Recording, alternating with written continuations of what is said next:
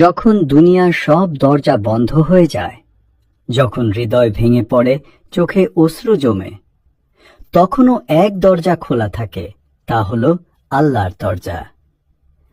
আরশে আজিমের দিক থেকে নেমে আসে রহমতের আলো। আরশে আজিম, এটি আল্লাহর মহান সিংহাসন। আল্লাহ তাআলা সূরা তোহা আয়াত 5 বলেন,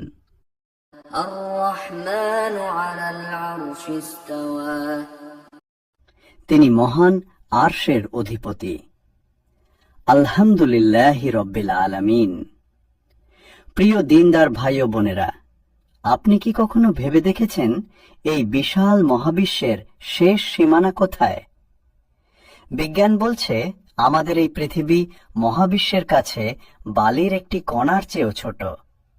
কিন্তু কুরআন আমাদের বলছে এই 7 আসমানের ওপরে এমন এক বিশাল সৃষ্টি রয়েছে যার উচ্চতা ও বিশালতা কল্পনা করলে আপনার মস্তিষ্ক স্তব্ধ হয়ে যাবে।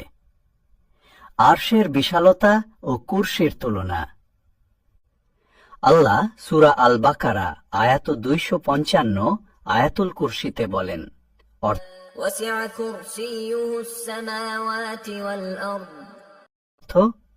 তার কুরসি আসমান ও জমিন ব্যাপী পরিব্যাপ্ত। অনেকেই মনে করেন আল্লাহর কুরসি আর আরশ একই জিনিস, কিন্তু না। আল্লাহ তাআলা সূরা গাফির আল মুমিন আয়াত 7 বলেন, الذين يحملون العرش ومن حوله يسبحون بحمد ربهم। অর্থ, যারা আরশ বহন করে এবং যারা তার চারপাশে আছে তারা তাদের রবের সপ্রশংস পবিত্রতা ঘোষণা করে। নবীজি সাল্লাল্লাহু আলাইহি ওয়াসাল্লাম একটি চমৎকার উপমা দিয়েছেন। তিনি বলেছেন, 7 আসমান আর 7 জমিন সবকিছু যদি একত্রিত করা হয় তবে আল্লাহর কুরসির তুলনায় তা মরুভূমিতে পড়ে থাকা একটি আংটির মতো ছোট। সুবহানাল্লাহ। আর সেই কুরসি আল্লাহর আরশের তুলনায় কত বড় জানেন? আল্লাহ সূরা আল হাক্কা আয়াত 17 বলেন, وَيَحْمِلُ عَرْشَ رَبِّكَ فَوْقَهُمْ يَوْمَئِذٍ ثَمَانِيَةٌ। অর্থ, এবং আপনার রবের আরশকে সেদিন 8 জন ফেরেশতা তাদের ঊর্ধ্বে বহন করবে। কুরসিটিও আরশের তুলনায় মরুভূমিতে পড়ে থাকা একটি আংটির মতো। এখন চিন্তা করুন, আরশে আজিম কত বিশাল! এটি আল্লাহর সৃষ্টির ছাদ এবং জান্নাতুল ফেরদাউসের ওপরে এর অবস্থান। আল্লাহর আরশকে বর্তমানে 4 জন এবং কিয়ামতের দিন 8 জন বিশালদেহী ফেরেশতা বহন করবেন। এই ফেরেশতারা দেখতে কেমন? নবীজি সাল্লাল্লাহু আলাইহি ওয়াসাল্লাম বলেছেন, আমাকে এক আরশ বহনকারী ফেরেশতা সম্পর্কে বলার অনুমতি দেয়া হয়েছে। তার কানের লতি থেকে কাঁধ পর্যন্ত দূরত্ব হল 700 বছরের পথ। কল্পনা করুন, কেবল কানের লতি থেকে ঘাড় পর্যন্ত যেতে যদি 700 বছর লাগে, তবে সেই ফেরেশতা কত বড়! আর সেই বিশাল 8 জন ফেরেশতা যার ভার বহন করছেন, সেই আরশ কত মহান! আর সেই আরশের মালিক আমার আল্লাহ কত মহান! আল্লাহ সূরা আত-তাওবা আয়াত 129 বলেন,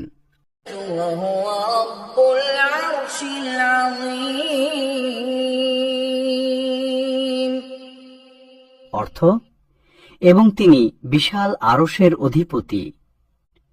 কিয়ামতের দিন যখন সূর্য মানুষের মাথার কাছে চলে আসবে, মানুষ ঘামতে থাকবে, তখন কোনো ছায়া থাকবে না, কেবল একটি ছায়া থাকবে, সেটি হলো আরশে আজিমের ছায়া। নবীজি সাল্লাল্লাহু আলাইহি ওয়াসাল্লাম 7 শ্রেণীর মানুষের কথা বলেছেন যারা এই ছায়া পাবেন। 1. ন্যায়পরায়ণ শাসক। 2. সেই যুবক যার যৌবন কেটেছে আল্লাহর ইবাদতে। 3. যার অন্তর মসজিদের সাথে লেগে থাকে। 4. সেই 2 ব্যক্তি যারা আল্লাহর জন্য একে অপরকে ভালোবাসে। 5. নির্জনে আল্লাহকে স্মরণ করে যার চোখ দিয়ে পানি পড়ে। 6. সেই ব্যক্তি যাকে কোনো সুন্দরী নারী খারাপ কাজের দিকে ডাকল, কিন্তু সে বলল, আমি আল্লাহকে ভয় পাই। 7. যে গোপনে দান করে। প্রিয় ভাইরা, আরশ আল্লাহর সবচেয়ে বড় সৃষ্টি হতে পারে, কিন্তু আপনার তওবা আর দোয়া সেই আরশকে কাঁপিয়ে দিতে পারে। আপনি যখন সেজদায় গিয়ে চোখের পানি ফেলেন, তখন সেই আর্তনাদ সরাসরি আরশে আজিমে পৌঁছে যায়। তাই নিরাশ হবেন না। যার সাথে আরশের মালিক আছেন, তার আর কারোর ভয় নেই। সেই আরশের নিচে ঠিক কি কি রয়েছে? আপনারা কি জানেন আপনার এবং আমার সারা জীবনের ভাগ্যলিপি বা লাউহে মাহফুজ কোথায় রাখা আছে? আরশের চারপাশে যে অগণিত ফেরেশতা চক্কর দিচ্ছেন, তাদের কাজ কি? আল্লাহ তাআলা কলম সৃষ্টি করে সবার ভাগ্য লিখে রেখেছেন। এই ভাগ্যলিপি বা লাউহে মাহফুজ আরশে আজিমের ডান পাশে সংরক্ষিত আছে। এখান থেকেই ফেরেশতারা নির্দেশ পান কার মৃত্যু কখন হবে বা কার রিজিক কতটুকু। আরশের খুঁটি। নবীজি সাল্লাল্লাহু আলাইহি ওয়াসাল্লাম মিরাজ থেকে ফিরে এসে বলেছিলেন, আরশের বিশাল বিশাল খুঁটি রয়েছে। মুসা আলাইহি ওয়াসাল্লাম কিয়ামতের দিন একটি খুঁটি ধরে দাঁড়িয়ে থাকবেন। আমাদের জীবনের প্রতিটি ছোট ঘটনাও আরশের মালিকের কাছে আগে থেকেই লেখা আছে। তাই বিপদ দেখে হতাশ হবেন না, কারণ আপনার রবের কাছে আপনার জন্য আরো বড় পরিকল্পনা আছে। আপনি কি জানেন জান্নাতের 4টি প্রধান নদী, যার মধ্যে কাউসার ও সলসাবিল অন্যতম, এগুলোর উৎস কোথায়? জান্নাতুল ফেরদাউসের ওপরেই হল আল্লাহর আরশ, আর এই আরশের নিচ থেকেই জান্নাতের শীতল ঝর্ণাগুলো প্রবাহিত হচ্ছে। আরশের চারপাশে এমন কিছু নূরের মিম্বর বা ঘর রয়েছে, যা দেখে জান্নাতবাসীরাও অবাক হয়ে যাবে। নবীজি বলেছেন, এই ঘরগুলো সেই মানুষদের জন্য যারা আল্লাহর সন্তুষ্টির জন্য একে অপরকে ভালোবেসেছিল। হাদিসে এসেছে, যখন কোনো এতিম শিশুকে অন্যায়ভাবে মারা হয় বা কোনো মজলুমের ওপর জুলুম করা হয়, তখন আল্লাহর আরশ কেঁপে ওঠে।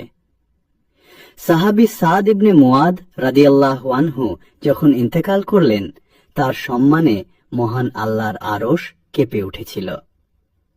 আমরা যেন কখনো কারো উপর জুলুম না করি, কারণ মজলুমের আহাজারি যখন সরাসরি আরশে পৌঁছে যায়, তখন আল্লাহর গজব থেকে কেউ বাঁচাতে পারে না। আরশ অনেক উপরে হতে পারে, কিন্তু আপনার সেজদা আর চোখের পানি সেই দূরত্ব ঘুচিয়ে দেয়। আরশের মালিক আপনার খুব কাছে। আল্লাহ আমাদের সবাইকে কিয়ামতের কঠিন দিনে আরশের মালিকের মেহমান হিসেবে কবুল করুন। আমিন।